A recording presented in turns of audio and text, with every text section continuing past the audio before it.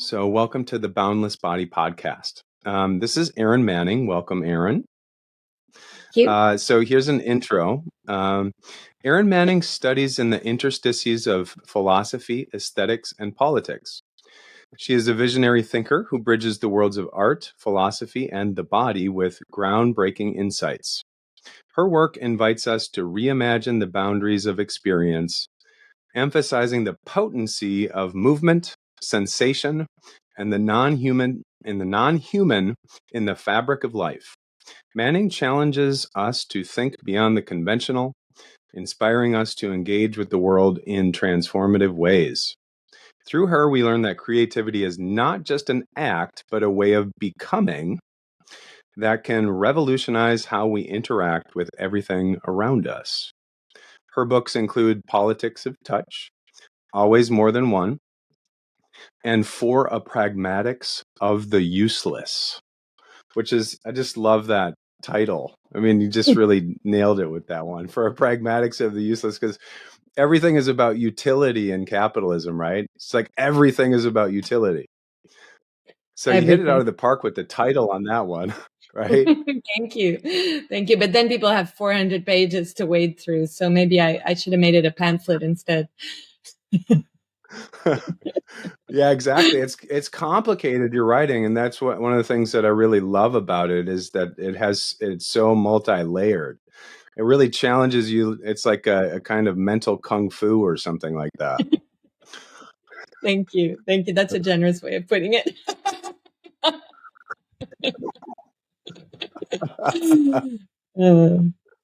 Yeah. In my dissertation, I write about who was it? That guy, the sacrifice guy. For some reason at the moment his name is escaping me. It might René Girard was one of them. I'm trying to think of another French author that writes about utility, and basically the thing that is coming to mind is that the true act of creativity is to sacrifice the utility function. And once you sacrifice utility, then you really have real contact, right? And that's one of the things that I talk about in psychology. Like I do couples therapy work, and I, do all sorts of different types of work, trauma resolution work, somatic psychology. And one of the things that I tell folks is that we're actually terrified of real contact.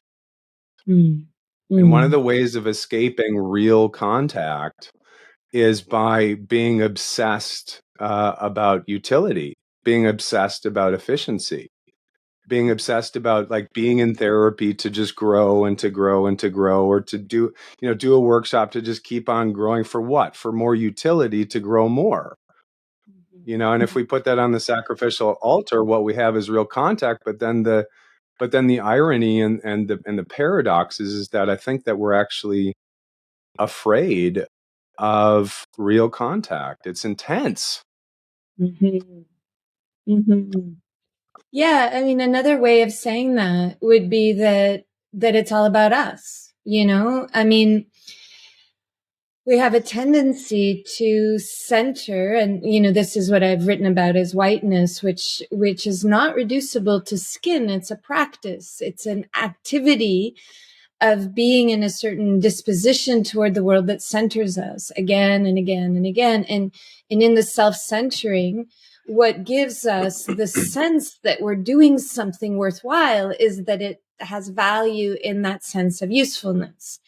So it's this kind of closed loop. And I think, the idea of contact that you talk about is about the relation. It's not about me. It's about how the environment grows into something that isn't reducible to me or you, which takes time, which takes discomfort, which is full of paradox, which is uneasy. But I think a lot can grow there in that environment. If you enjoy the content, please subscribe, like us, and share. Dr. B offers a dynamic blend of therapeutic maps, modalities to help you catalyze, stabilize, and thrive. Book a session or free consultation at www.somaticdoctor.com. You write a lot, of course, in the Deleuzian tradition about intensity. Mm-hmm. And almost like there's a, to use like the trauma neurobiology term window of tolerance. So that like there's this term window of tolerance, right? I like to think that there's a window of tolerance for various types of intensity, contact being one of them. And then, of course, there's many different types of contact, but can you, I'm wondering if we can just kind of riff a bit about various types of intensity. And both of us are really into dance. That's one of the things I really like about you. So like dance is a type of intensity. So I'm wondering if we can just talk about affective intensity and maybe even throw in something about body without organs. I don't know. We'll see where it goes. Right? All that. Yeah. I mean, I have, let me start in a place that you probably don't expect me to start, which is with trauma. So I have PTSD, so I know quite a bit about trauma. I have spent quite a bit of time in the environments that discuss trauma, including some long periods in a hospital, and have given a lot of thought to intensity in that regard, from the angle of neurodiversity. So thinking about what is livable in any given moment, what is manageable in any given moment. And I just wanted to begin with something that I think you'll relate to right away. So a lot of the folks that I collaborate with and think with are autistic. And many of them have pretty severe PTSD because of childhood trauma and just living in a world that excludes them in every possible way. Most of these folks that I'm thinking about right now are what one might call non-speaking, though it's a stupid way of talking about it because they're certainly very expressive. They just don't express with their mouths. And one of them, but in order for them to be in contact with me, usually in a distance capacity, they need to write. So they would be people who would be working on a keyboard with somebody with them who would be helping activate their bodies for expression. And what that means, if people aren't so familiar with it, is that the autistic body is like a Parkinsonian body in the sense that it has activation issues. It's hard to go from 0 to 100. So like moving your arm to type is hard. It's hard to get that body movement going. As a dancer, you'll understand that. And so one of the people that I would communicate with would have a tendency, sort of trauma-informed tendency to put his foot on the keyboard. And you can imagine that if somebody puts their foot on the keyboard, it's not, making very many words. And one of the conversations we would have is, is it that kind of day? Like, is it a foot on the keyboard kind of day? And if it's a foot on the keyboard kind of day, that's a foot on the keyboard kind of day. And that's the breadth of our engagement. And we can begin there as a foot on the keyboard kind of day. But if the foot could go off the keyboard, then another kind of expression could be foregrounded. And so I'm saying that because I don't want to privilege one kind of intensity over another kind of intensity, right? So the foot on the keyboard day suggests to me that language hurts today, like the kind of language that neurotypicals speak hurts today. And if language hurts today, my God, like we don't need to go there. But if it's a habit to put the foot on the keyboard, and it's actually now hurting you because the foot on the keyboard is keeping us from being in another kind of expressive environment. Well, then let's get the foot off the keyboard, like just for 5 minutes and see what could happen then, And so intensity in the way I think about it is about building a body. That's where I wanted to get to. So, when I think about the body without organs, a lot of people misunderstand that to mean that somehow our heart and our stomach and our organs were, it's not what they mean at all, de lösung Periaqueductal. What they mean is that there are organizations to the body that are privileged. And these organizations produce a neurotypical body. They produce a body that is fully in control of its usefulness, of its ways of encountering the world in a very, very tight frame, in a normopathic frame. And bodies are just not that at all. Bodies are constantly reactivating their potentials to be in the world. They're not separate from the world. They're not excised from the world. They're relational entities that are always growing with the world. And in that sense, they are intensities. I mean, I don't know what else that could be. So maybe I'll leave it there and see where that takes you. Yeah, the way that the body is classically constructed neurotypically or typically is as a cog in the machine, in the utilitarian machine, right? So I would love this image of the foot on the keyboard, and it reminds me of because I believe you definitely wrote about Amanda Baggs, right? And in Always More Than One. And so I remember watching the YouTube video. So this is just a flag for Drew to bookmark the piece about Amanda Baggs. We'll come back to that later so folks can check out the video. And in the video, Amanda says something really compelling. She says, basically, if I don't come into your language, the typical language, then I'm basically not a person. Like if I don't have linguistic language, like I'm basically not a person in your books. And I think that's just so compelling how language has like become basically like a virus. In my book, I talk about language as a type of virus that just propagates like a virus, or like in California, we have star thistles. I don't know if you have star thistles up there in northern Canada, but they're like these weeds that just propagate, and you can't go outside in bare feet and stuff like that, and there's just so much to get wrong with language these days, right? It's like it's a policing regime. And I would like, so I have I work with some autistic individuals, and they just find it a huge relief. I'm thinking of one guy in particular. He finds it a huge relief that I'm not there to fix him. I'm there to just be with him and find our choruses and our refrains, and to just and to just be in his language as much as I can, right? To be fluid and to create that relationship that isn't typically, it's not constrained by the typical requirements of language, right? And then in that way, his body can just be free to, and then I'm feeling more free, right? Because if I want to rock, and if I want to move the way that he moves, then I get to move how, because the body, right, it gets constrained by language and all of the rules in it, right? So it's a freeing for my body to be able to mirror him and, just be outside the usual constraints of language. Yeah, it's that video. Later on, Amanda changed their name to Mel, so they were known by Mel Baggs, MEL. Okay.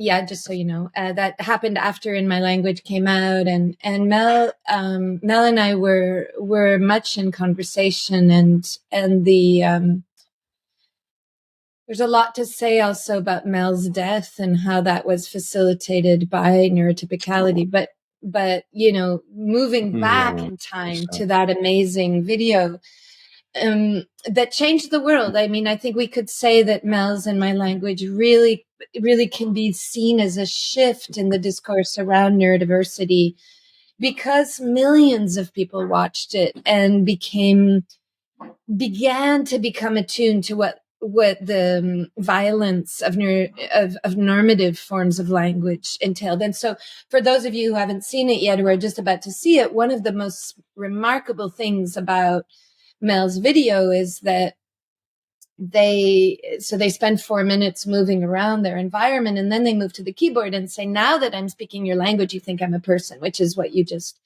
related.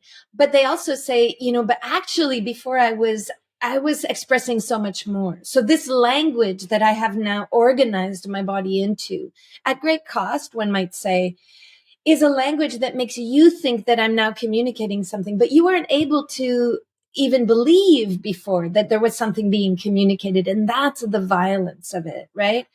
And so I can really relate to what you say about your engagement with autistics.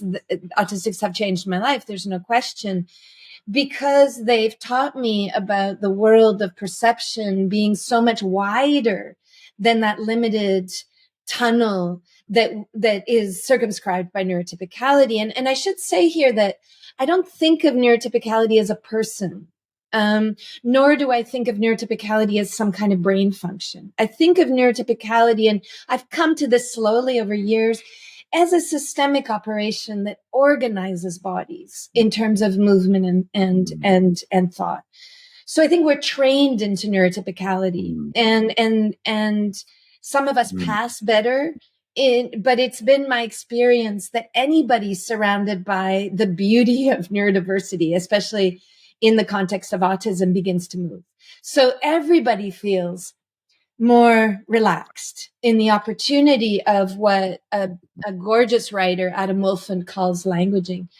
And so I just want to say one thing about languaging, because I think you'd find it really interesting. So Adam Wolfond, who's another autistic who's written a few books and has doesn't speak with his voice, Adam talks about languaging as all that escapes and exceeds the expression of words, but also is included in words. So he's asking people who are sort of reducing language, how could you possibly think that language does as little as you imagine? How could you possibly not hear in language all that it does in the movements, in the ticking, in the stimming, in the dancing? And but this is an affront for sure. And, you know, I lived this affront recently because we took that concept and made it the central tenet of a doctoral defense, where a student didn't write a thesis, but produced the openings of languaging, papering over a room and inviting people, mostly, well, all of them neurodiverse, many of them autistic, to come and write into this space. And we defended the space rather than a thesis. And it was very beautiful, tricky, difficult, but it went super well. Wow. And the committee was incredibly supportive, and the student received outstanding for it. So there are these tiny little openings, but they're very terrifying to an orthodoxy that wants to limit us to a certain idea of intelligence or a certain idea of communication, I think.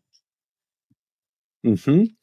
Yeah. So I have a quote from Always More Than One, I think, that will condense what you just said, continue, dance with, etc. So here we go. And I believe this is taken because in my my university classes, I do quote you. So just to let you know, this is one of the quotes that I teach graduate level psychology students. And just to let you know, there's some dude out there called Dr. B that is quoting you in regards to teaching future psychologists. Wow, what an honor. So here is one of those. Yeah, and so this is one of the quotes from that I believe that you're exploring in regards to Mel. It is human language in the form of exclusively human-to-human interaction, more than anything else, that seems to function as the bridge to intelligence, and by consequence to offer inclusion to the realm of the neurotypical. And I like how you're distinguishing that the neurotypical, this isn't necessarily a brain thing. It's the way that culture and civilization makes a code for what intelligence is. And that's a language code, right? It's like, absolutely. You know, so, and that Deleuzian genius is there, that there's something about language. As soon as you use a word, you reduce and represent. And when you reduce and represent, you lose, there's a huge loss. There can be a huge impoverishment. And to me, I'm a somatic psychologist, right? So, and like the shadow of somatic psychology, one of the shadows is that there's a kind of unassailable truth of the felt sense. Like, if I feel in my body and then I name what I'm feeling, there's this sense of like, I'm still using language. But then the irony and the paradox in the community is that, wait, I'm still naming it. There's, you know what I mean? And once you name it, you reduce the actual thing that you're naming. But then it's weird, right? Because then it becomes an unassailable truth, and you can't challenge me about my experience because that's my experience. But we're still in language. We're still being reduced by language. I don't know. Have you run into, a lot of Anglophones haven't, but there's an educator by the name of Fernand Deligny, Deligny. I write about him a little bit in Always More Than One, I believe. Anyway, I'll tell you something because it connects exactly to what you're saying. So Deligny was an educator who was working with boys primarily in the 40s and 50s in France, boys coming out of prison or on the edge of going to prison in the poorer areas, non-white areas of Paris. And he ended up in the mid-60s working with Félix Guattari at Laborde. So Laborde, the psychiatric environment that Jean Houry and Félix Guattari led, that still exists today, but is perhaps less interesting than it was. And as people listening might know, Laborde was a real experiment, like a real experiment in psychology, really engaging with other ways of thinking about psychosis and living together, everybody sharing practices, a lot of theater, a lot of experimentation. Anyway, Deligny was there in the 60s, in the mid 60s, and he was critical of them. Because he felt that as long as we were still writing reports on patients, we were still in a hierarchy. So his question was very similar to what you're talking about. Like, where is language here? We might be doing all this experimentation, but in the language, are we not reducing our environment to this kind of parsing of certain kind of strategies of sense or communication? Anyway, to make a very long story short, he ended up going to the south of France where he set up an environment for 30 years with autistics. And what he did was he convinced the hospitals to send him autistics during their summer holidays who would otherwise be sent home or sent, I don't know where. And he talked to the locals in this area, in this kind of farmland, about allowing autistics to follow them, but promising that they wouldn't try to treat them. So the aim was not any kind of therapy. The aim was to just be alongside. And they built these encampments. It's a really like tent-like spaces where they made bread and so on and so on. Anyway, then of course the problem came, or the challenge came, that things began to be complicated, and the temptation was to talk about the complications, to make sense of them, to theorize them. And Deligny said, no, draw them. So what happened was, over years, they made these drawings, which he ended up calling errant lines, or sometimes they're translated as wander lines. And these were drawn in palimpsest. And so what would happen is, for example, if I might be around a child and the child had these frenetic movements, I would draw the movements. And then the next day I would draw on top of that, and I would draw on top of that on tracing paper. And over time, I would find the intensities of movement, and I would begin to understand, oh, here there's a real call. Look, the water is always calling at this time of day, or there seems to be something happening around the fire pit or whatever. And so there's something really beautiful about this, this commitment to how movement gives a certain kind of languaging as well. And the irony, of course, because there's always going to be paradoxes, that Deligny was a writer. So of course he wrote a lot about this. So it's not that all of this was done outside of writing, but his writing is remarkably untranslatable. He invents language. He writes in the margins. He's not writing about so much as writing with. So I think also what Deligny is showing us is that there's a way of doing this work, and I certainly try to do it, and I think many of us try to do it, where you're not trying to have the last word. You're not trying to put the, like to figure it out, to put the final, punctuation on it, but you're trying to say, well, what if its shape could be like this, or what if its shape could be like this, I love it. It reminds me of John Weir Perry's work. So John Weir Perry, are you familiar with John Weir Perry? No, tell me more. So John Weir Perry opened a clinic called Diabasis right here in River City in San Francisco area, and it was a clinic for psychotic patients. And John Weir Perry is a writer in the Jungian tradition. So he had an archetypal approach to psychotic process. And his approach was basically like, hey, listen, there's something intelligent happening here. We're not going to just say that this is just madness and stop at that, and this is just crazy talk. We're going to assume that there's an intelligence here, and we're going to witness whatever intensities are coming out of the psychotic process from a place of there's something intelligent happening. There's something that is inside the human that's trying to express some sort of primordial potency, and I'm here to hold space for it. And it was an experiment, I believe I think it was the 70s or 80s. And they actually got wonderful results with psychotic patients. And it makes me really sad because paradigms like that are no longer in use. I mean, there's basically you have, a couple of attempts out there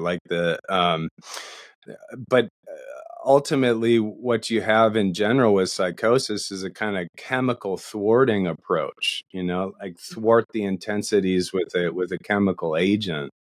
But the old movement you see in, for example, the Kingsley Hall experiment, by R.D. Laing, back in the 60s and 70s, where you have this room called the Rumpus Room, which is just such a wonderful image, right? Instead of, this image of being inside a mental hospital, being chemically thwarted, you have this Rumpus Room, which is, a place for psychotic patients to bring their intensities in a space of non-judgment, right? Let's just make sure everything is physically safe and so on, that you're not going to be of harm to yourself or anybody else. And then just let it rip and let's see what happens. Let's not judge. Let's just sit vigil and see what unfolds. Yeah. Yeah, I think it's so interesting to bring this to, to return to this question of intensity, to recognize that intensity is not legible within those simple binaries of less and more.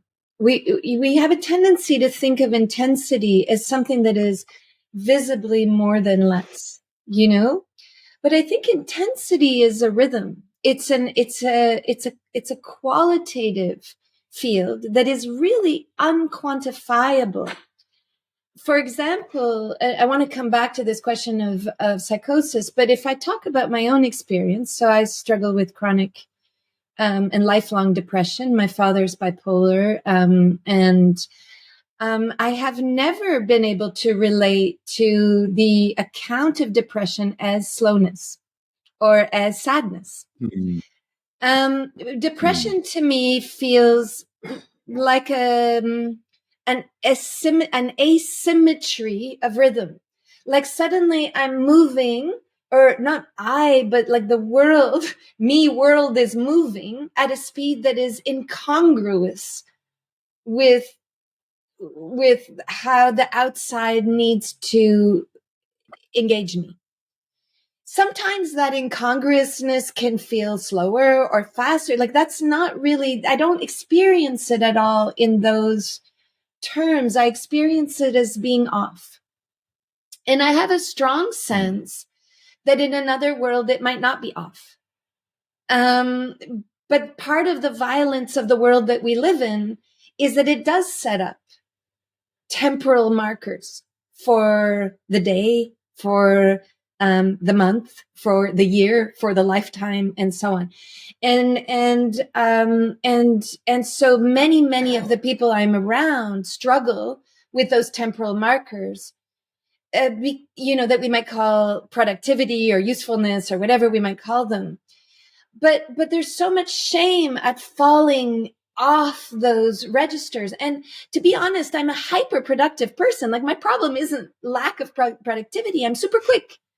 So, it's not about, anything to do with measure. It's something far more qualitative. And so I wanted to say that because I wanted to come back to this idea of psychosis. And I just wanted to give one example. I always give this example, but I think it's a beautiful one. And it's about Guattari's practice of schizoanalysis. And it's a complicated idea, schizoanalysis, but it's also a very simple idea. I think what Guattari means by schizoanalysis has nothing to do with schizophrenia per se. It has to do with what he calls the schiz. So how does the shift occur that allows for another kind of path to reveal itself? And he gives this example, and he's following another psychiatrist or psychologist, I'm not sure. He's in the person's office. There's a patient there. And the psychologist or psychiatrist is asking the patient questions, and the patient is looking out the window and not answering. And the psychologist or psychiatrist is coming to some presuppositions, as one does. And Guattari says to the psychologist, the patient left a long time ago. And the psychologist says, what do you mean? He's right here. And Guattari says, no, he's not. He's outside. He's been outside this whole time. And if you want to meet him, you need to go outside. And that's a way in which I see the schiz happening. Like, just go where it is. And if you go where it is, it's not that it will be like now simple, because when you go with where it is, you have to also go where it is, which is to say, you have to shift your assumptions about what it is. And so it's a creative encounter with whatever it is. And, that might mean shifting your idea about what an encounter is, or what a communication is, or what outside means, or what anything means, really. And, but if you do that, and this is Guattari's approach, if you do that, then what you're actually doing is increasingly erasing yourself as therapist. So your aim is not to centralize yourself. Your aim is to retreat, because the world is really, really intelligent. And that patient who's walking out into the world is in the midst of a real complexity. And your job is to foster the encounter with that complexity rather than reducing it. And so the techniques you might need, like in my case, I do take antidepressants. That has shown itself to be a necessity. But ironically, I'm diabetic off insulin. So I'm doing the one thing that you're not supposed to be able to do, which is be type 1 diabetic off insulin. But I actually can't get off my antidepressants, right? The world is never going to be as unparadoxical as we might like it to be. And I think that's part of the conversations that get denied by a certain kind of limited language around health, around wellness, around, all the things that you brought up in the beginning. That's one of the things I love about you, Erin, is your capacity to articulate and have a window of tolerance and inspire a window of tolerance for paradox. I just really love that about you. Another example came to mind when you were talking, and of somebody working with a psychotic patient. This is Eugene Gendlin, one of the heroes of somatic psychology, one of the founders. And so as the lore goes, Gendlin was working in one of his hospitals, and there was a patient that was smearing some of their poop on the wall and just kind of writing in sort of quasi text or proto sign or something like that. And Gendlin didn't even miss a step. He put on his rubber gloves and then just started smearing with his patient and was like, okay, so what are we up to today? Right. You know what I mean? So, which is another just incredible example of escaping the structure, escaping the norm in order to join somebody where they're at. Yeah. I just think it's so brilliant. It gives me the tingles to think about it. You know, I love getting the tingle. I bet you get the tingle response a lot. I bet you do. Do you? Yeah, absolutely. And the thing I love the most in the world is following in developing the technique. Like, just to take your example, that person was teaching something. I mean, the so-called patient, they were teaching them something. And to not be afraid of learning, which doesn't mean, people think that some people think that if you say that, it means there are no boundaries and everything's okay. It's just never that way. There are always boundaries. There's always a moment where you get tired and you're bored, or you're frustrated, or you're dissatisfied, or you're, those are moments, but we have to see, I think, that those moments exist for both. So the patient that's putting the poop on the wall, he too, or she too, is going to get bored at a certain point of putting poop on the wall. Like, it's not going to be interesting forever, and this is something I think we learn from children. I mean, I think a lot about children and how they teach us the possibility of diverging. If you watch a child play, they're not going to play the same game for 8 hours. They play a game that grows a game, that grows a game, that grows a game, that grows an appetite, that grows a tiredness, that grows an upsetness, that grows another game, and so on. And they're deviating constantly. And part of, I think, our challenge as adults, if we, I hope we don't become adults, but if we do become adults, is that we have a kind of choreography for that. We want to fit that into our useful day, which I understand. We want to say to the child, like, I got to get some work done. I got to get you to do these things I need you to do, like eat breakfast or have a nap or whatever, because I really need to have my life, and that's okay too. But I think we often don't want to recognize that in doing that, we're also teaching the child that there's like a limited choreography of divergence that has to be attended to. Yeah. It feels like I think you're poking fun at this kind of like cultural orientation to adulting.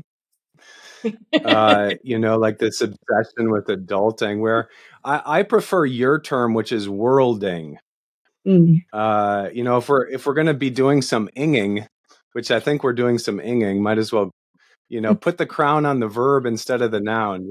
The crown is always on the noun, right, Erin? The crown is on the noun, and it's a good idea to put it on the ing, right? Totally. But if it happens to be on adulting, I don't want to really sign up, right? Because then it limits that. It makes the body docile. Exactly. And I'd really like to kind of take the conversation in the direction of the docile body. I explore that. I'll be publishing my first book, aside from my dissertation, soon, knock on wood.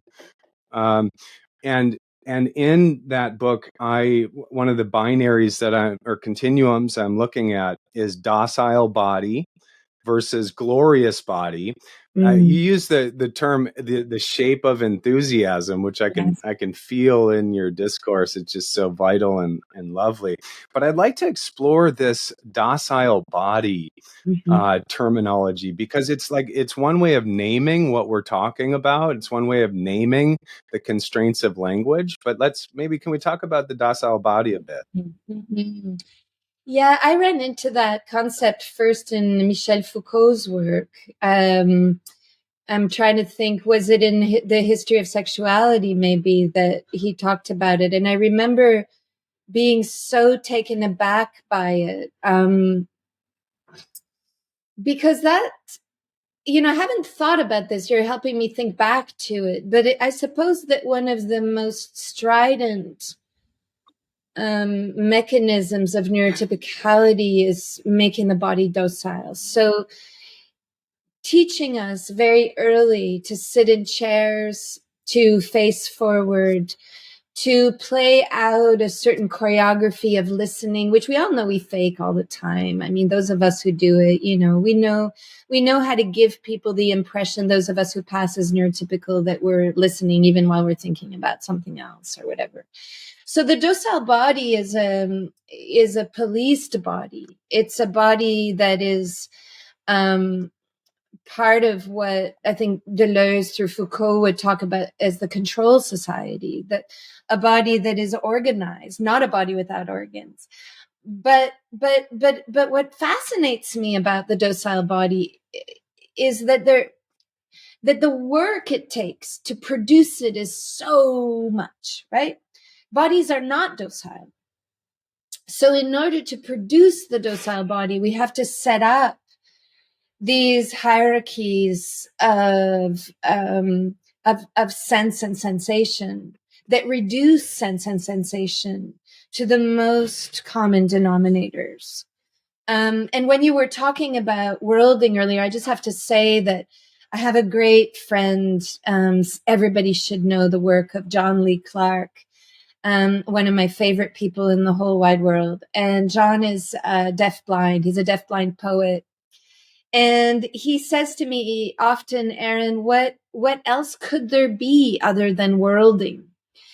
And it's really interesting to me because as a deafblind poet, he often can't be made docile because he doesn't fit into those communities of sense that would police his body, because they're primarily hearing and seeing communities. We're framed by what John would call distantism, by the way in which we are we are organized to perform in the establishing shots of existence. So I think the docile body is what John would call a distantist body, a body that is appraised at a distance, that is organized at a distance. And by distance, John doesn't just mean like in a far reach, but a body that is performing itself for the other, and you can imagine that, how much of that performance is inbred in whiteness and is constructed through a kind of visual centric operation. Yeah, nice. And that, I think it continues the conversation about contact. And my hypothesis is that one of the reasons why distantism is there, it's power dynamics and control dynamics, yes, but it's also, I think it's a horror and a terror of actual contact. Yes.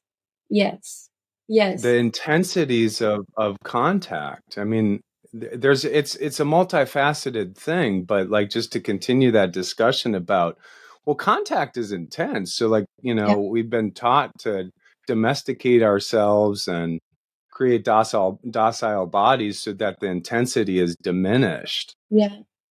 When you raised it earlier, I was thinking of something that's very close to me, which is sickness.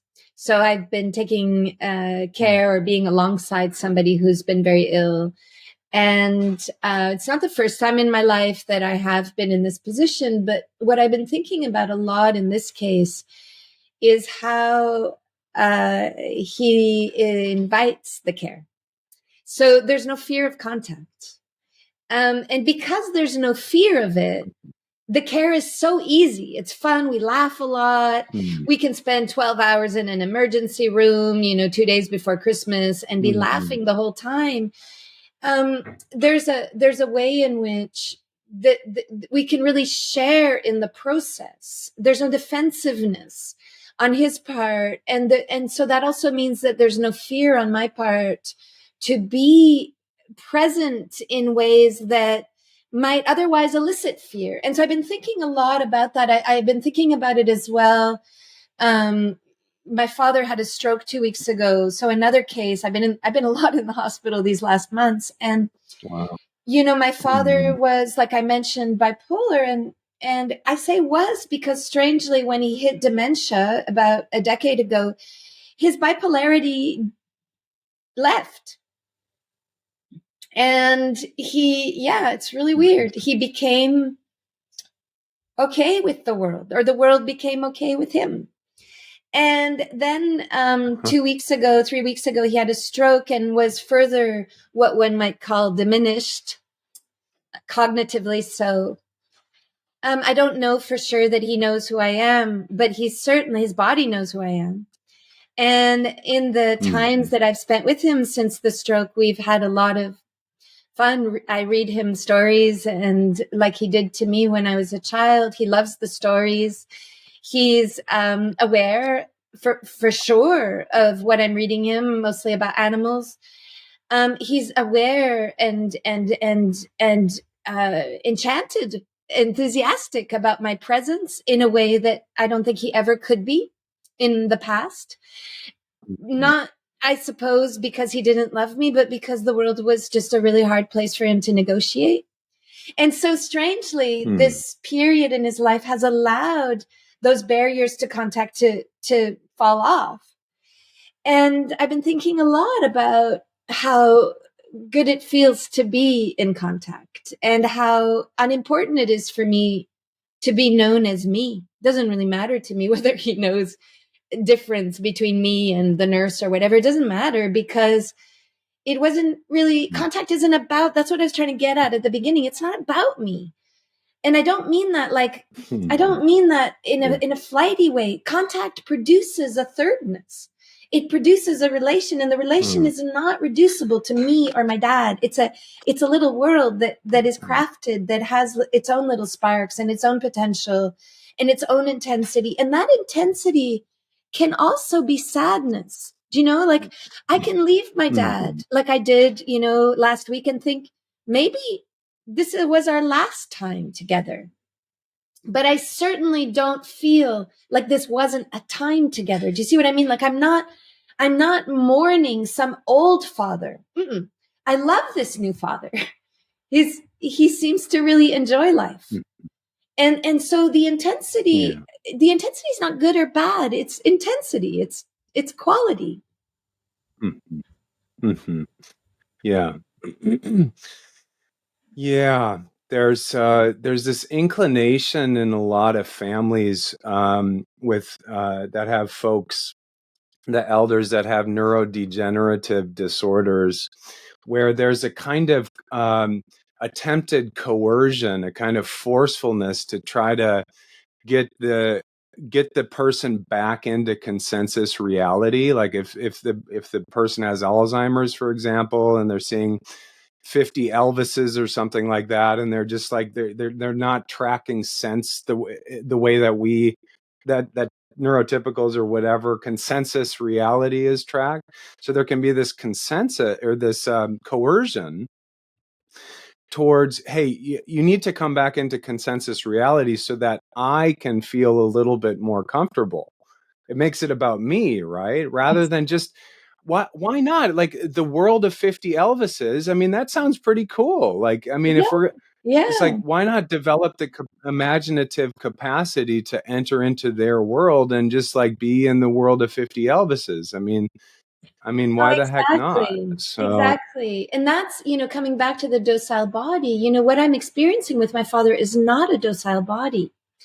Interestingly, I mean, I think part of, be a long conversation about bipolarity and my father's own history and so on. But part of the horror of living in a world that is policed by neurotypicality is the anxiety and daily work of trying to fit yourself into it, and all the fear that comes with that. And in my dad's case, a lot of it, I think, was in his relation to me, was his fear that I couldn't survive it, that I too would be broken by it. And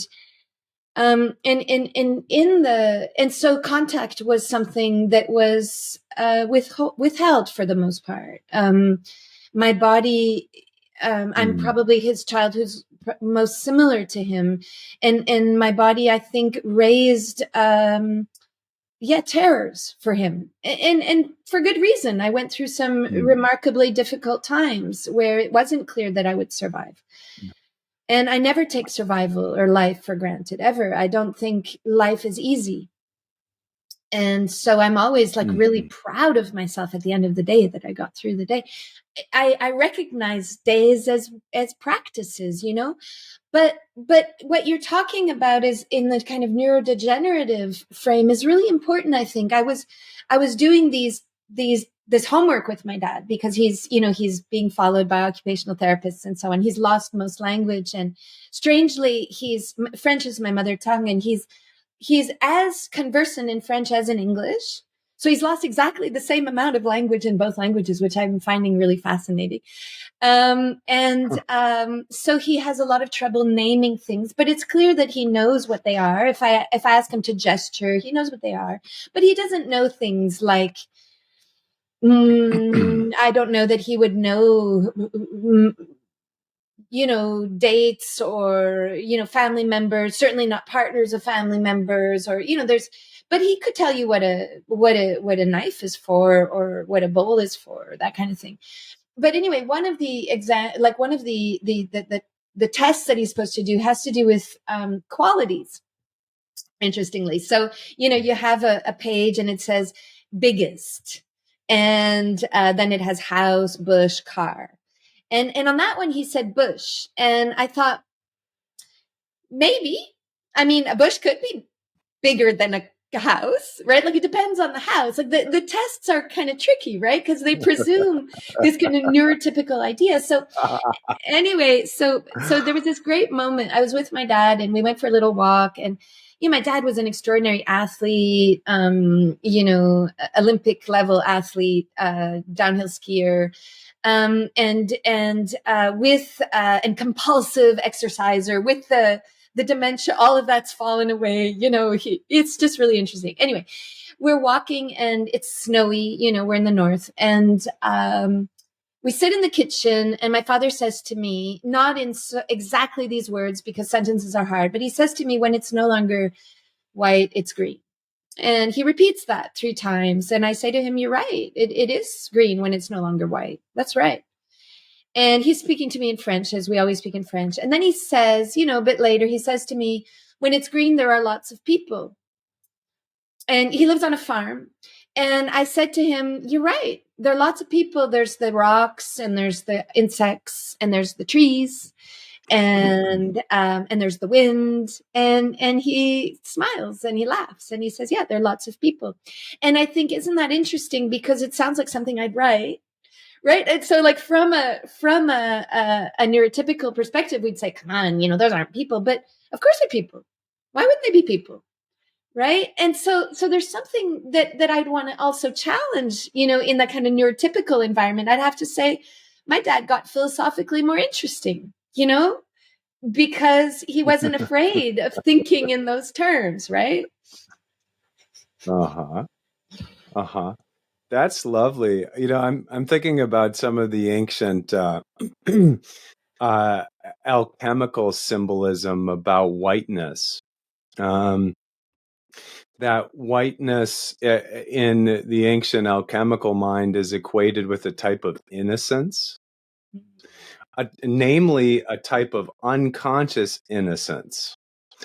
Barry Spector wrote this amazing book about America, and what he asserts there is that the founding mythology of America is one of innocence, the myth of American innocence. And so that there's this equation archetypally between white and unconscious innocence. And James Hillman has this wonderful way of taking innocence to task. And he in the alchemical paradigm, white transmutes into yellow. In a way, I like green better, but actually better. It's just different, right? More is different. Mm-hmm. But in the alchemical model, white, the unconscious innocence, gets transmuted into yellow, which is called the rottening, where the unconscious innocence rottens and putrefies and basically dies, so that then the greenery can come out, because that's the cycle of nature, right?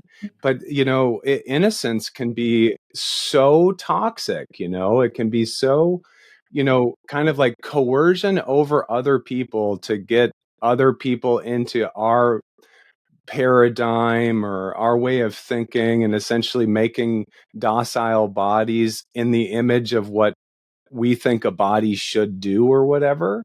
But then often there's this element of positing innocence, like, well, I'm innocent, and what some of these authors are saying, right, is that's the core myth, is that there's an unconscious innocence, and that is all about making humans separate and better and more grandiose and more superior than people that speak another language, for example, or have a different color of skin or whatever it is. And then what they're saying, right, is that white then needs to be rottened and taken somewhere else, whether it's the yellow or the green. No, it's very interesting what you say. And it brings me back to something I learned, a story I heard Fred Moten tell. Fred Moten, a beautiful poet, African-American theorist, amazing thinker. And I've written about this in For Pragmatics of the Useless. And it's an account of a law. And I might be getting the year wrong, but I believe it's 1734. And I believe it's in Pennsylvania. And the law stated that 2 or more Black men couldn't congregate at the park on Sundays. And like Fred, what really fascinates me is this "or more." Right? 2 or more Black men can't congregate. So what is in the "or more"? Like, what is the threat of the "or more"? What is Blackness doing in the "or more" that this so-called innocence of whiteness never has to address? Because there is never an "or more" of whiteness. Whiteness is like an all-covering status, whereas the "or more" of Blackness is the big threat. And the "or more" of Blackness, I think, is the unwieldy indecipherability of relation. It is the impossibility that has come through histories of violence and subjugation that has produced alternatives to the very limited ideas of neurotypicality and docility. And so many Black authors have talked about this in, I think, the most interesting ways, about what happens when you realize that ontology, the study of being, excludes you. What happens is, well, you could wish to be part of it. And there's certainly some of that, of course, that happens in all excluded fields, in that there's a kind of desire to fit in, to be or become white in the larger sense of the word. It doesn't work.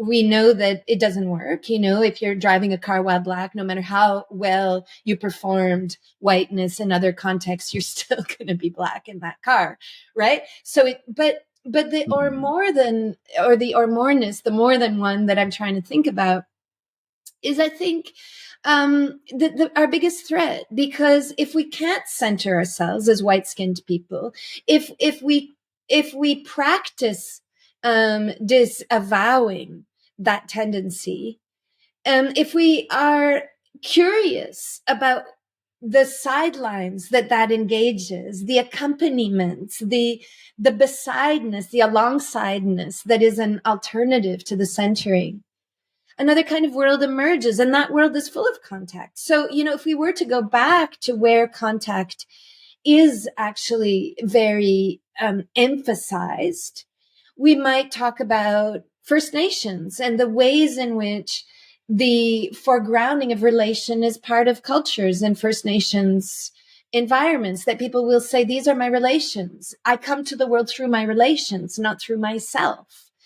right? And I hear this often also in Black communities. I come to this world through my ancestors. Now, ancestors, the vocabulary of ancestors can become also gentrified. Like I think we got to be careful that we live in this world. But I think that any kind of question of docility, of neurotypicality has to be associated with the rottenness of a whiteness, which again is a systemic problem. It's not interesting for white people to make it about us. If we make it about, like, if I make it about me, I'm right back there.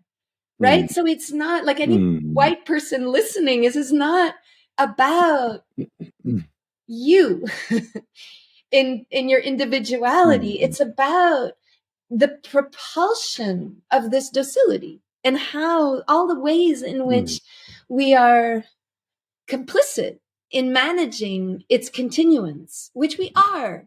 Every time you or I stand in a classroom and evaluate a work, we're complicit. You know, we are. Of course we are, right? Yeah. There's a lot there. I can go in so many different directions with it. I'm thinking about two directions. Hopefully I can cover both or explore both. One direction is I just saw a documentary about Navalny. Navalny is this guy that Putin murdered. And so I'm thinking to myself, you know, just like I'm thinking about the or more portion. So even though we got two white dudes, you know, like, so here's Putin is like this image of, you know, innocence on high, you know, and just lording it over. And then you have Navalny, who is essentially carrying a seed of rot. For the whiteness. And so even though he's, you know, he's white, he's carrying the yellow. Or, you know, if we think about, you know, yellow being an image for the or more, but black also being an image for the or more. And then what happens when he brings that? He brings people that gather around trying to, you know, rot in the excessive innocence, and then he gets taken down. He gets essentially murdered through poisoning. Yes. You know, that's such a good example, because it really highlights that the threat is in the qualitative realm, right? The threat is the Navalny yellowness is what you can't quite put your finger on, but that propulses an energy in the world, a quality of life in the world that believes there could be another way, and can believe that, knowing that Navalny is also completely fallible. Navalny's not perfect. He's also opted for he's made decisions that some people find are too far on the right. There's lots of stuff that's also paradoxical about Navalny. So we're not trying to make a god. We're not trying to make a hero. We're trying to show that there's the seed that Navalny could become. And Navalny said very clearly, if I'm killed, it's because we were doing something. He wrote this, right? So he knew when he went back to Russia that he probably would be killed. But he wanted, I think, the more than to do its work. And if he stayed in Germany, it couldn't do its work. And so, you know, he sacrificed himself. And, you know, in a long history of people sacrificing themselves and whatever, that would be another conversation to have. I mean, I'm not, you know, prepared for or don't really know how to think about. But I think your example is amazing. Yeah. Yeah. The other direction I was thinking about is what I've been calling just general human domestication syndrome. That, you know, in pragmatics, I do believe that you mentioned Frantz Fanon. I mean, I'm an English. I speak English. Sorry, it's Fanon. It's right? totally Fanon. good. Fanon. Fanon. You mentioned Fanon.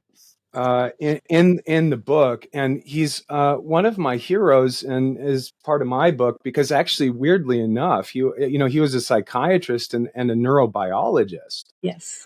And back in just like, I guess it was the 50s or something like that, he named one of the central regions in the brain that I talk about that is central to affect, Erin, central to affect, the periaqueductal gray. And all those affective intensities, not all of them, but there's a nuclear generator in the core of our brain called the periaqueductal gray that generates, it's like a nuclear generator generating all the big affects, right? Like, the opioids, the oxytocins, the lust system, the care system, the rage system, and he basically named the central gray area as the place where he didn't use this language at the time, but it's been taken in this direction, where the racialized body is implicated in thwarting those intensities in the core of the brain through, and because black bodies have been seen and equated by a white reality as animal, as a more than that's other. Yeah. And so therefore it needs to be domesticated. Yeah. And then we have this image of a domesticated body now. And I think this is really powerful that he could name, in the 50s or whatever, the periaqueductal gray as being central to that.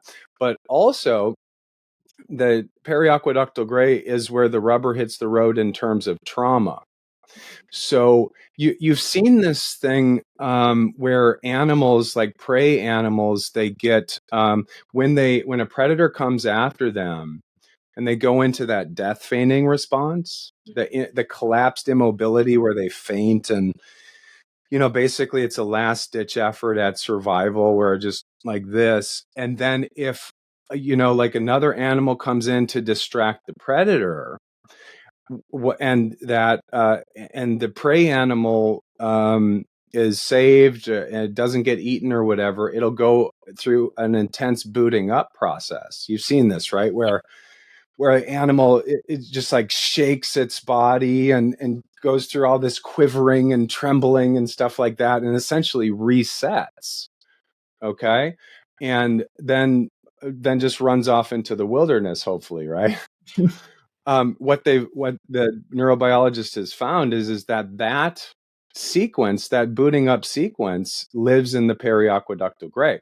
Now, the big problem, as far as I see it, is that natural intensity has been thwarted by the human domestication syndrome. Like, no, let's thwart the thing in nature that's a primordial intensity. Mm-hmm. Okay, that is our birthright. And because it looks mad, it looks crazy. It's like, I'll go to a business meeting or something like that where I feel really uncomfortable and I want to get out of that meeting and just go, just get that out of my body. Yeah. But it looks crazy, right? So I think that this natural animal impulse has been thwarted under this domestication and docility vector in civilization. I love that. That's really interesting. I've also been very interested in Fanon's work, particularly for me. One of the areas for me that's particularly interesting is that he and Guattari were schooled by the same person, Tosquel. So, there's a history of a relationship between Guattari and Fanon, which has been difficult to parse. Some people have tried. There isn't much there, a few letters, but it helps me understand Fanon's direction because I know Guattari so well, particularly in relation to what they learned from Tosquel, which was the angle of what was called institutional psychiatry or institutional psychotherapy, and the idea that the institutions themselves need to be put under the therapeutic gaze so that you couldn't engage with people without thinking about the worlds through which they emerge and the environments that we call their therapeutic environments. And so, while my own tendency is more impatient toward the institution, it's hard for me to give the institution any benefit of the doubt. I do recognize that institutions produce bodies. and they produce certain kinds of bodies. I mean, I've been, like I mentioned before, I've been in psychiatric institutions. I know how they produced bodies. And I know, I can say from my own experience that, what saved me probably from a very normative environment was the social standing of my person. So, when I was in a psychiatric environment, at one point was deemed incapable of thought or language. I had stopped speaking. It was where I came from that got me out of there. Right? It was my whiteness. It was the impossibility of believing that a child of scholars could be unintelligent. Had I not been white, had I not been middle class, I might have gone down another kind of road. And certainly a lot of the people who were incarcerated in that institution with me did not survive. And so I think a lot about how institutions produce bodies and enforce the docility. For decades, I didn't speak about that because I thought people would think I was mad. And it was years later, a decade after writing about neurodiversity, that some neurodiverse folks said to me, Erin, why don't you ever talk about your own neurodiversity? And I said, my own neurodiversity? And I honestly hadn't thought about it. And that's interesting also about how bodies are made docile and domesticated. And so I guess what I'm trying to say is that it's a pernicious environment that captures us even when we think we understand what it's doing. And so, the reset you're talking about would terrify a person like me because I've been there. I've been called mad. Right? I've been told that there was no future for me, and from a young age, right? And now you look at me and you probably say, "Oh, she doesn't look mad at all. Like she's managing just fine." But I'm okay. But I've been able to be okay because I've grown worlds around me and connected to worlds that have allowed for neurodiversity, that have backgrounded those terrible meetings you're talking about, that have made another way possible. And so all of my life is spent making those ways possible. But I just want to give one example. Just really, it's from it's an example that people can find online. It's from my friend Bayo Akamalafe, who's another amazing poet and writer. And Bayo has a young son, Kia, who's autistic. And when Bayo and I first met, Bayo told me this story about Kia in a shopping center. Bayo was there. And well, I should say that very early in our meeting, Bayo said to me, "Do you think I'm autistic?" And I was like, "Bayo, of course you're autistic. I mean, how could that even be a question?" And we laughed. And then we didn't continue that conversation. A bit later, he told me about Kia in the shopping center, and Kia was having a so-called tantrum. So his body was disorganizing, right? His body was resetting, we could say, in your vocabulary. And it was a problem, right? This was a public space. Bayo desperately wanted his son to stop. This is Bayo telling me this. He said to me, "Erin, I just wanted him to stand up. I just wanted him. He's a little black boy, right? Like we don't want our black boys on the ground, you know." And Bayo's partner, his wife, got on the ground with Kia. And wow. Bayo, he had tears when he told me this story. And I said to him, "Bayo, it totally makes sense to me as a grown-ass black man that you didn't get on the ground." Right? Like, these are not simple procedures. Yes, that was the thing to do. Absolutely. But not all of us can get on the ground. And not all of us can survive getting on the ground. And not all of us will survive those tantrums. I mean, that little boy was little, so he was okay. But that same boy at 20, maybe not. And that's the reality of Blackness and autism, right? So I think that this question of docility is also a racialized question, and it's also a neurotypical question in the sense of what are the costs? Yeah, I'm afraid of that quote unquote mad body because I'm afraid of being locked up, but chances are I'll survive it, right?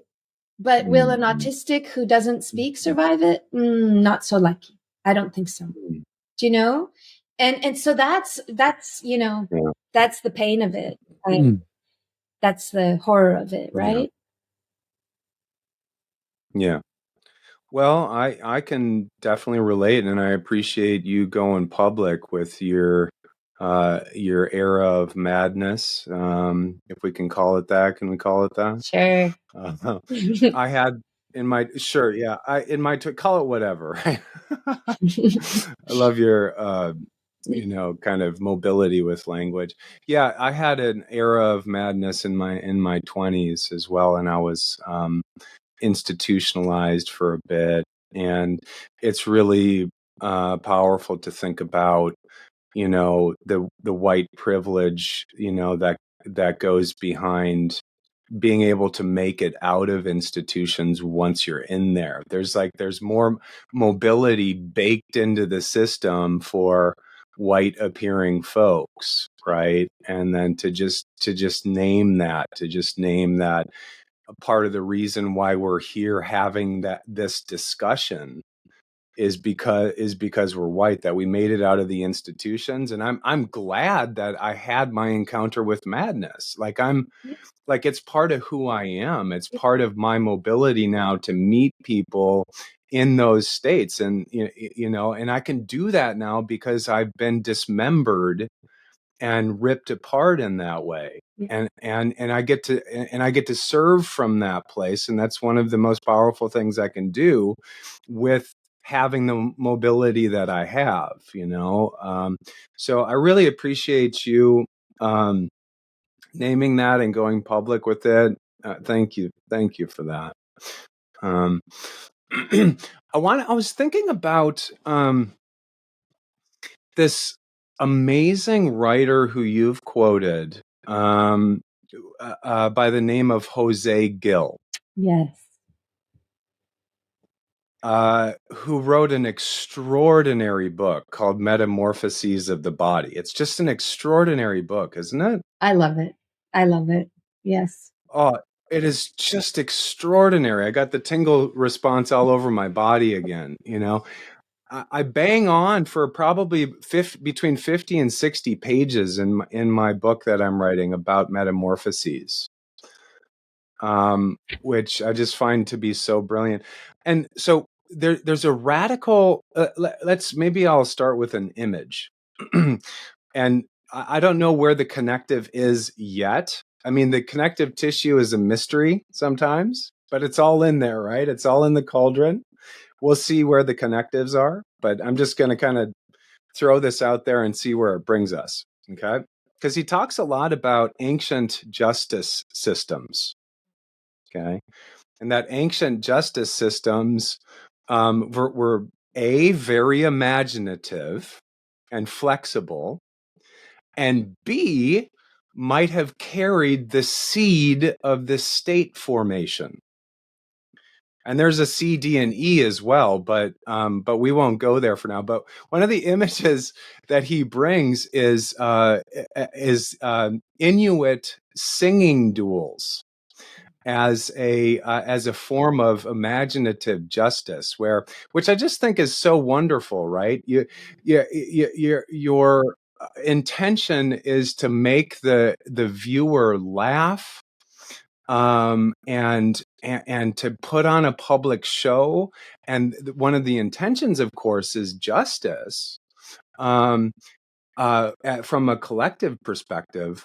But it's just such an imaginative way of doing it. So I'm wondering if you could comment on the two elements, the imaginative element of sort of ancient tribal justice formations, and then the somewhat more risque thing that Gill brings forward, which is that the seed of the state formation might have been in there.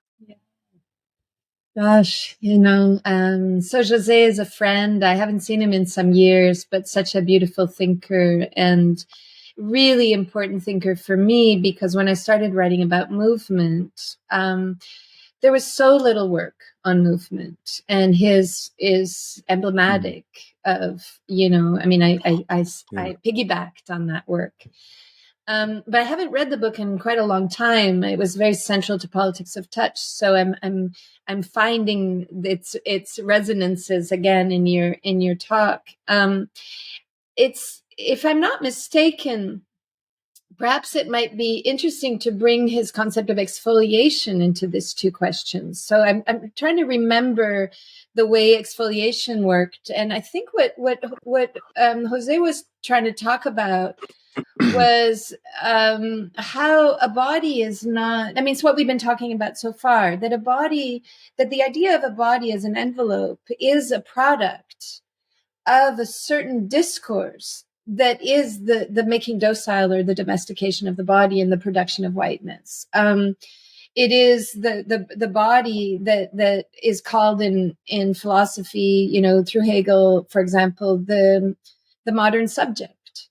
Right? So the modern subject has to be organizable. You have to be able to put the head on it, to go back to Hobbes. Like we have all these male philosophers who have given us the shape of that body, and we know the shape of that body is not female. It's not black. It's a white male body. It's an abstract body in the sense that it has no name. It's abstract in the sense that it's it's a whitewashed figure, let's put it that way. And what José Gil is trying to do is to demonstrate, I think, in these practices, that the body historically just doesn't function like that at all. That a body is the trace of exfoliation in movement. It is what it leaves behind. In the sense of the worlds it produces and is produced by. It's a co-composing force. And so it is a kind of temporal medium. And for those of us who embody that particular form that one calls too quickly the human, I often think that what we connect to is a certain kind of predictable molecularity. Like we recognize a certain durational field, and that's, it's easier for me to see that field in a fellow human than it is in an entity that moves at a different speed, like a rock. Right. So there's a kind of recognition that plays out because we are organized by durations in that way. Right. And it would make sense that we would be responsive to what moves in the rhythms that we're familiar with. I don't mean by that good. I just mean that it makes sense. And so going back then to what you were saying, I think it's really interesting to think about José Gil's work as allowing us to go into the pragmatics, or what I've called speculative pragmatism. So rather than going into a general philosophy, rather than going into a general theory that in all cases this happens, which is one of the ways in which colonialism asserts itself, to say, well, let's take this example of Inuit voice, for example, or let's take this example of this very singular ritual in Martinique or in Mozambique or wherever he's writing from, and let's look at how it produces an environment for justice. But also, let's not assume that what we understand by justice is what we might understand by justice today. Like, let's look at what the conditions of justice are. So I would tend to say that when he finds the seeds of the state, he's also not necessarily talking about the nation state.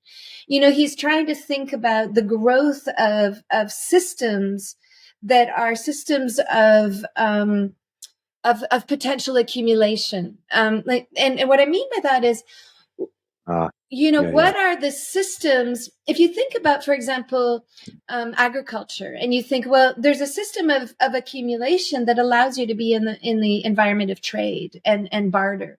You grow corn and you give your corn and you get milk or whatever.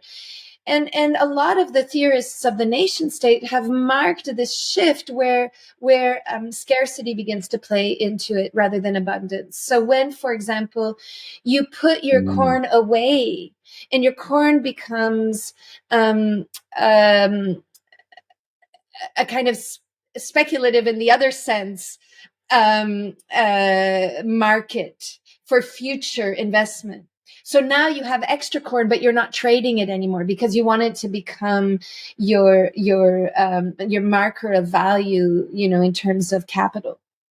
And so then you move away from these economies that are emergent and generative, complicated, and it take place also in terms of war and weapons. I mean, I don't mean that it was all great, but in an economy of abundance toward an economy of scarcity, where now the nation state produces docile bodies in a very particular way.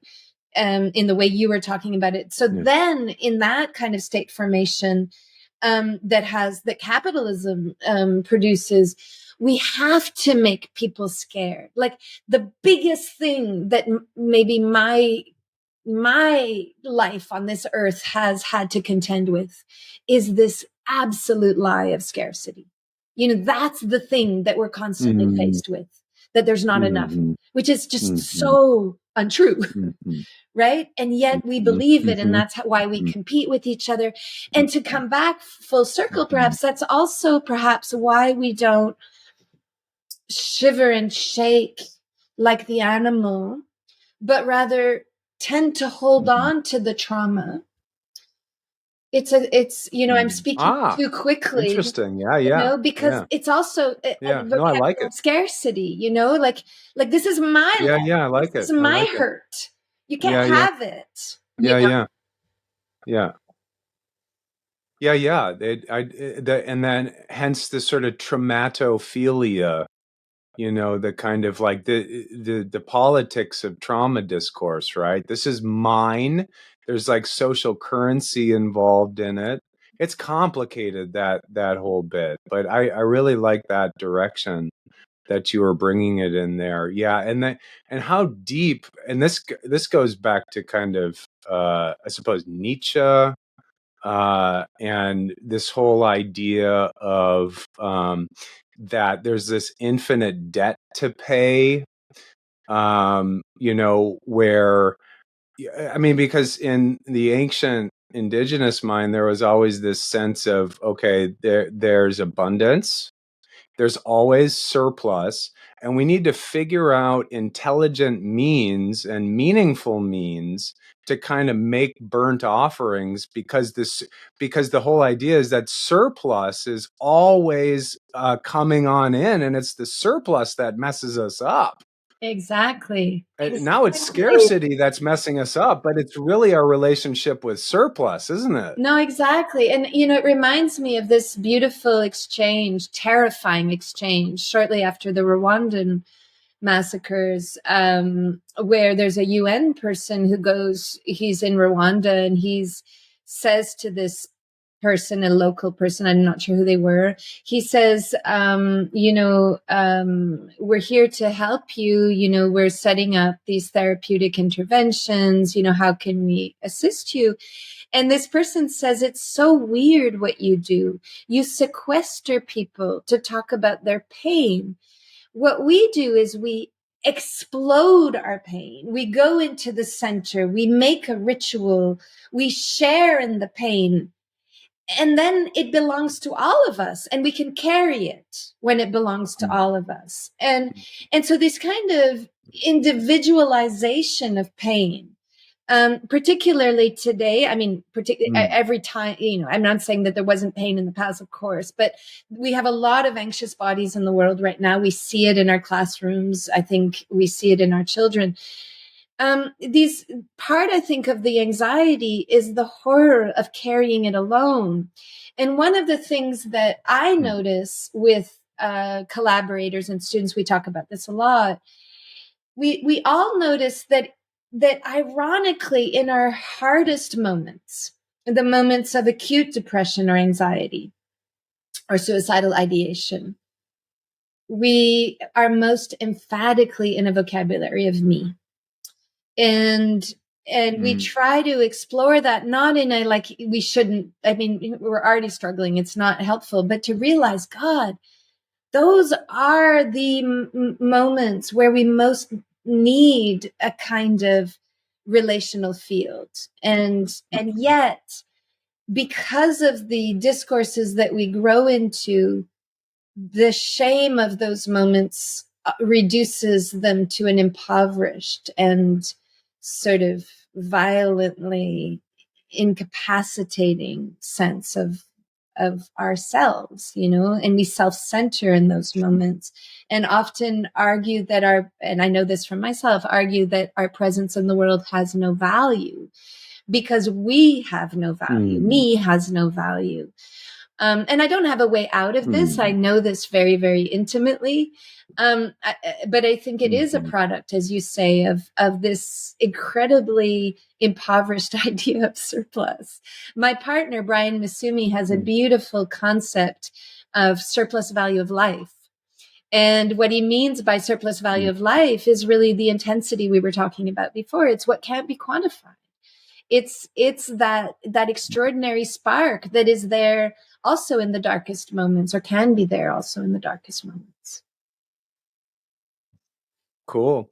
Well, I'm hoping maybe you can orchestrate a meeting of the Bryans. Any possibility you can orchestrate? Of course. You know, that would be super fun. I would absolutely love that. Yeah. So, and I also appreciate that you use the term sequestered, which is actually, believe it or not, the same term that's used in molecular biology for coiled up DNA that's inaccessible. And so that's like epigenetic discourse, which is intergenerational trauma and so on. But I was thinking while you were talking, you know, I was thinking about, you know, collective grieving rituals and how powerful collective grieving rituals are, where grief becomes a type of a feast. That's my experience of collective grieving rituals, where grieving isn't like sequestered into like the cell of the self. You know what I mean? Yes. It becomes a type of public nourishment. Yes. And we're taught that like grief is something to be sequestered, something to be cordoned off, yes. You know, but what about thinking about it as a type of collective nutrition? Yes.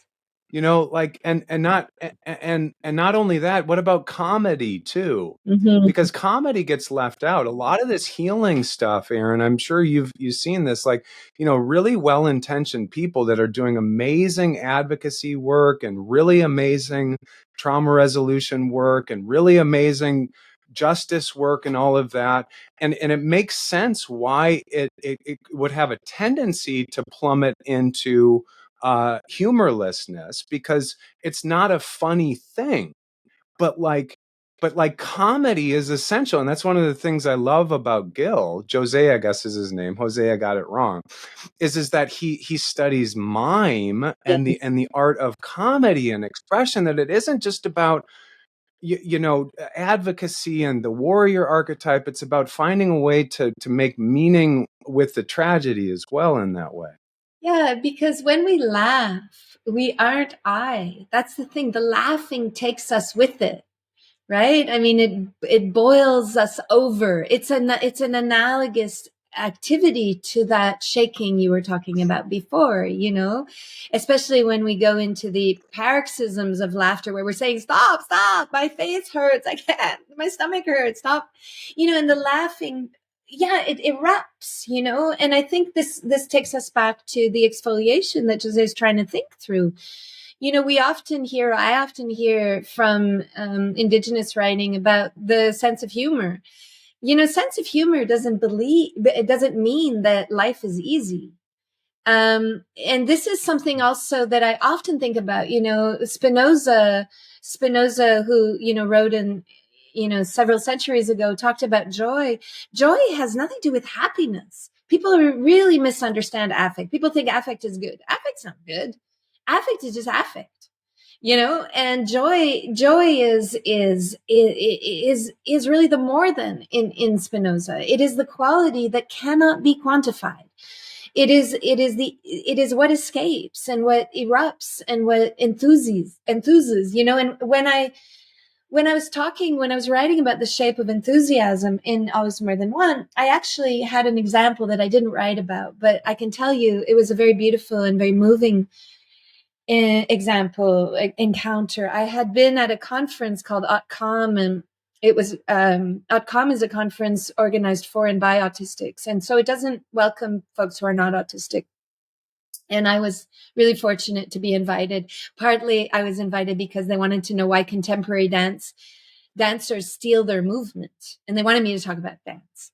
And it it led to lots of ongoing collaborations, but it was a life-changing moment for me in many, many ways. I encountered amazing people.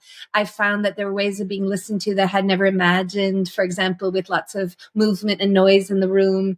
I found that I felt comfortable.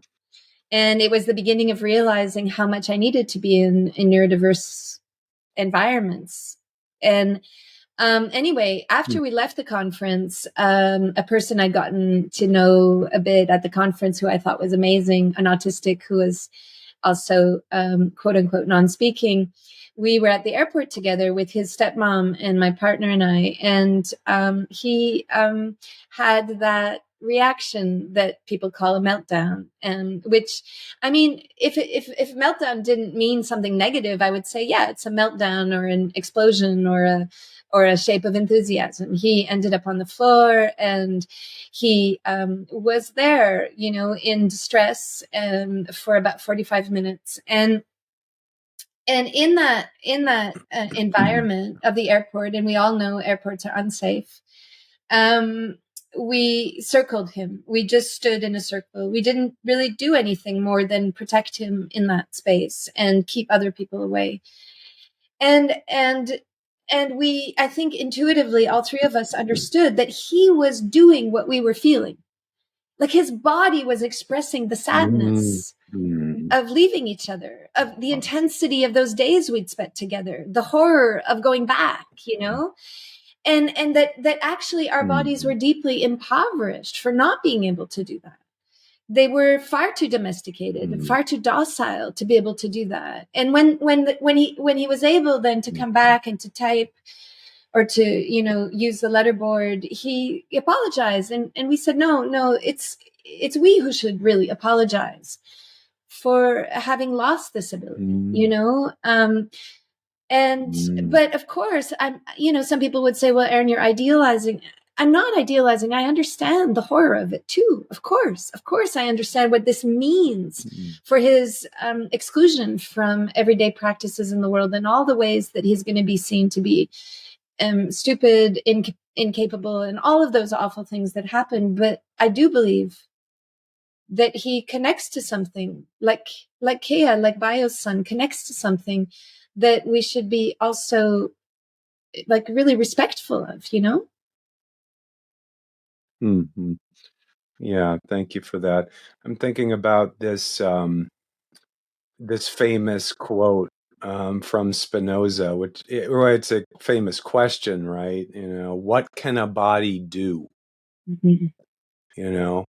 And I like to think that that's at the core of this Boundless Body podcast, like that question, what can a body do? It kind of unites us as a community that's inspired by the writings of Deleuze and Guattari, to have the question be the motto, like, what can our bodies do together? Our bodies can grieve together. Our bodies can express intensities like what you just expressed, and to really just have that be, the simple and penetratingly complex question. Yeah. You know, what can our bodies do together? Yeah. You know, and yeah. And also, our bodies, one of the things that they can. No, keep going. Keep going. Go ahead. But also, no, I want you to go. Also, where is that body? You know, like, let's not assume we know where it is, where it sits, how it looks, where it does its work. Like the two or more men in the park. Where is the or more? You know, and that's in the boundlessness. That's also so important. You know, if you try to heal me, I remember in analysis, I became a psychoanalyst through a teaching analysis because I was in psychoanalysis for so long. And in the analysis, me saying to my therapist, when will I be okay? When will I be healthy? And she very, very wisely saying, Erin, there's no time that this is going to happen. It's not like that. You know, there isn't this place where your body is healed. It doesn't exist. You know, it's just going to be, you know, do you have enough, is there enough capacity for creative practice for there to be a body that is differing from itself, you know? And so, but I interrupted you. You were going to say something more.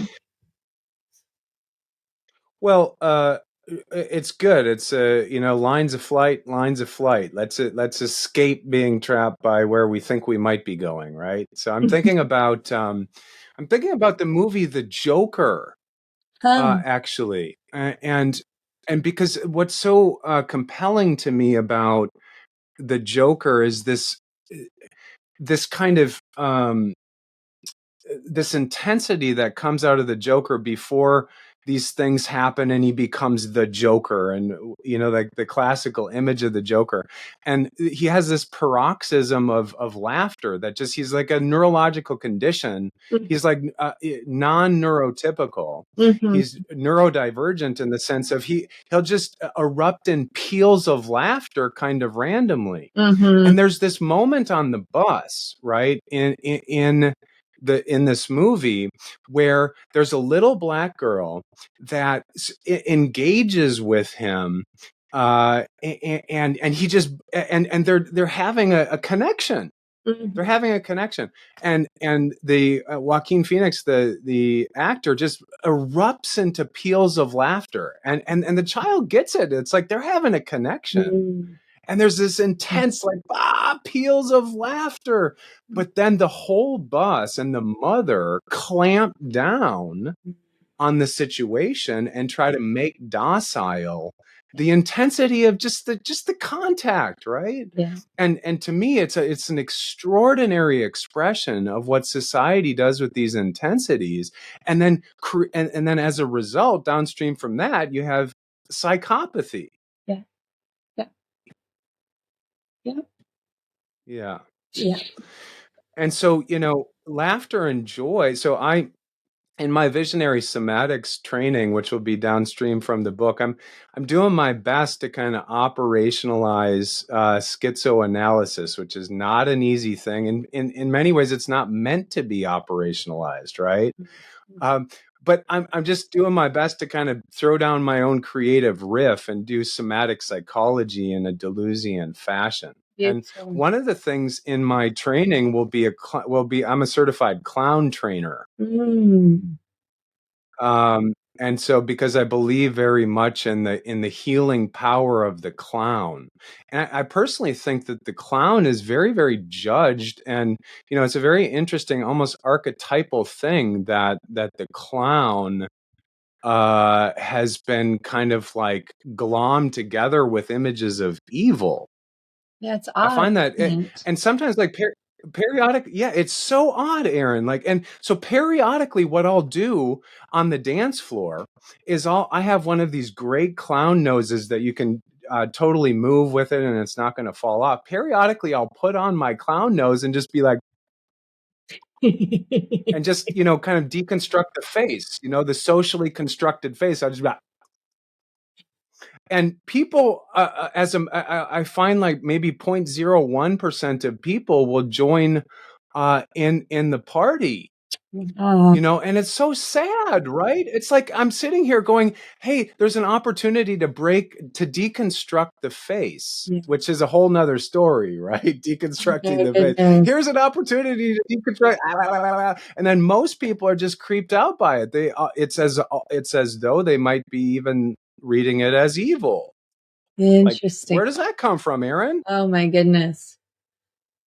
Wow. Yeah, so faciality is something I've been thinking about for a long, long time. And, you'll know that the face-to-face encounter in the regimes of attention as they're practiced in schooling and so on is extremely, it enforces an extremely normative posture of the body. So we teach children very early to have eye contact and we ask them to understand hierarchy through eye contact. Look at your father when he's speaking to you, or look at your mother, or whatever.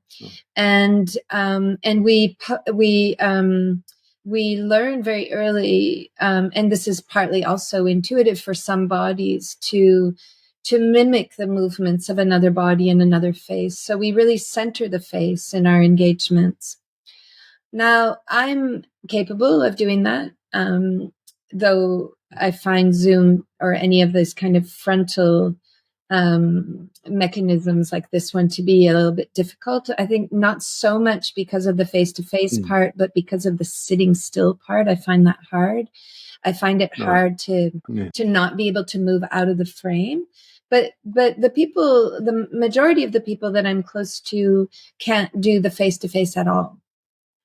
It's impossible for them to process through the face-to-face. The face takes up so much processing energy that they can't hear.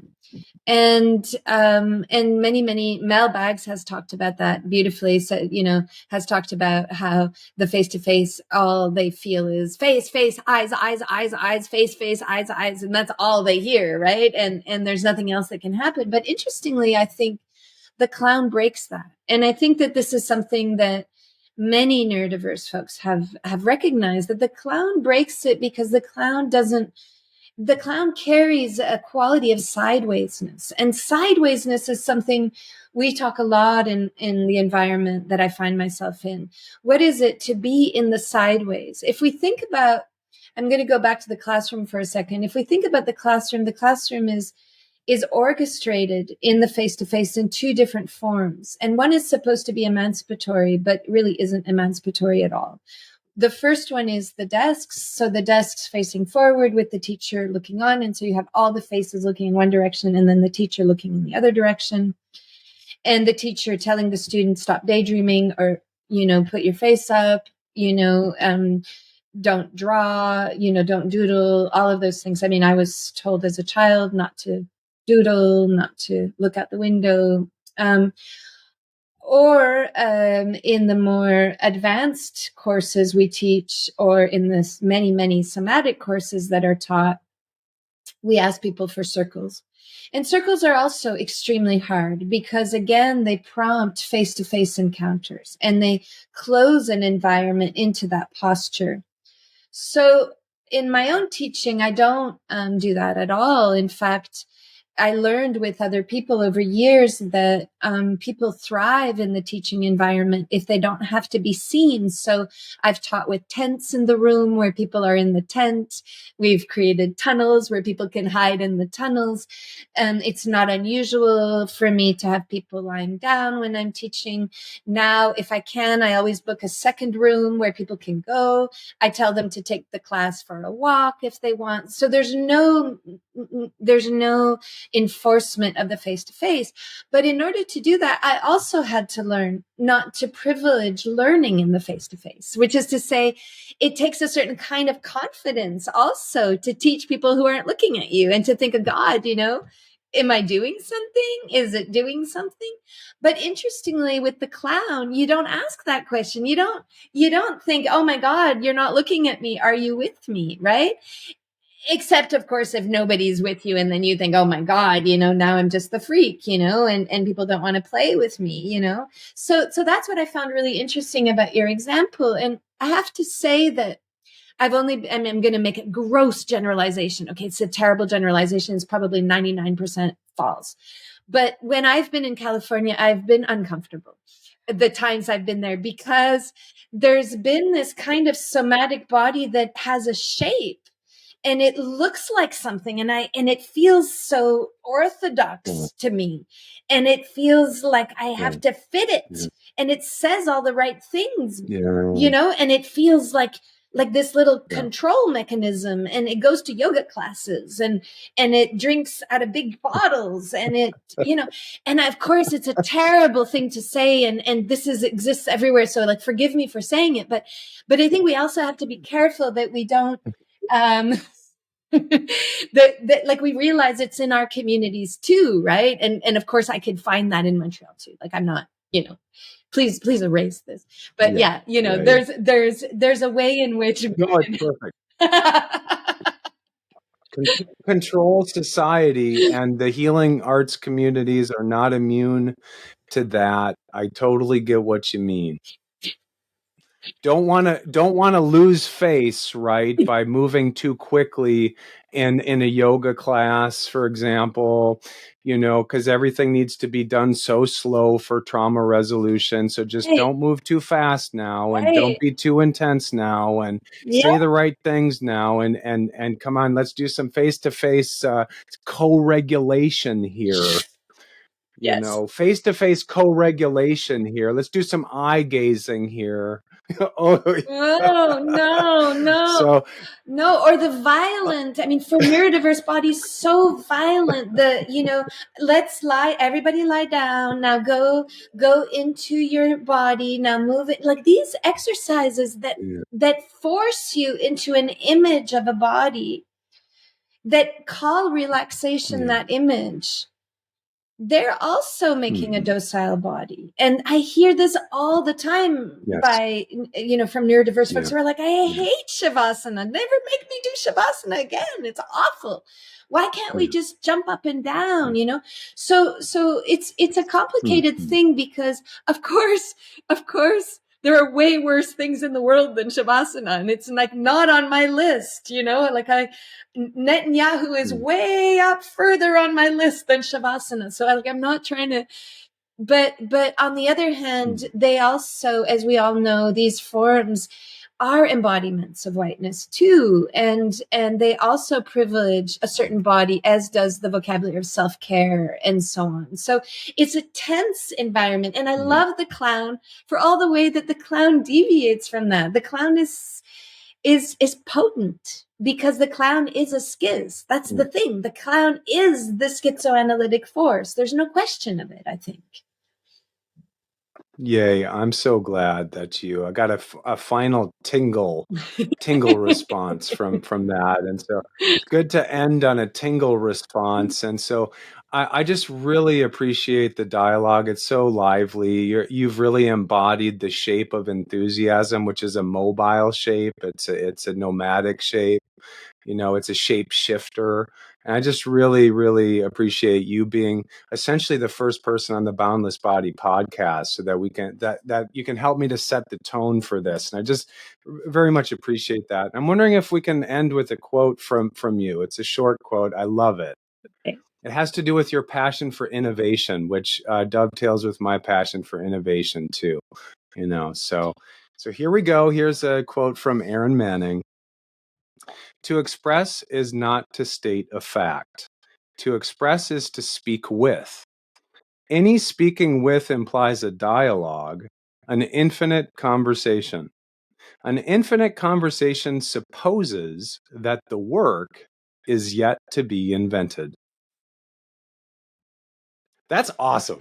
I just thank you so much for your wonderful work in the world, Erin, and for your advocacy, and for your delightful range, and your amazing juxtaposition of poetry and philosophy. I really, really appreciate that deeply. Well, I've loved being in conversation, and I hope that we can meet in person someday. But thank you for having me. Yes. I hope to see you another time, and hopefully we can have a meeting of the Bryans as well. All right. I think that would be very interesting. All right. Cool. All right. Thanks. And then maybe I can bring out the clown nose sometime when we meet, and you'll be there to meet me, I'm sure. I will. All right. Take care. Bye-bye. Take care. Thank you for listening to The Boundless Body with the Somatic Doctor. Please leave a comment, subscribe, and like us on social media. We're a swarm, we're a colony, we're a multiplicity. Until next time, be well.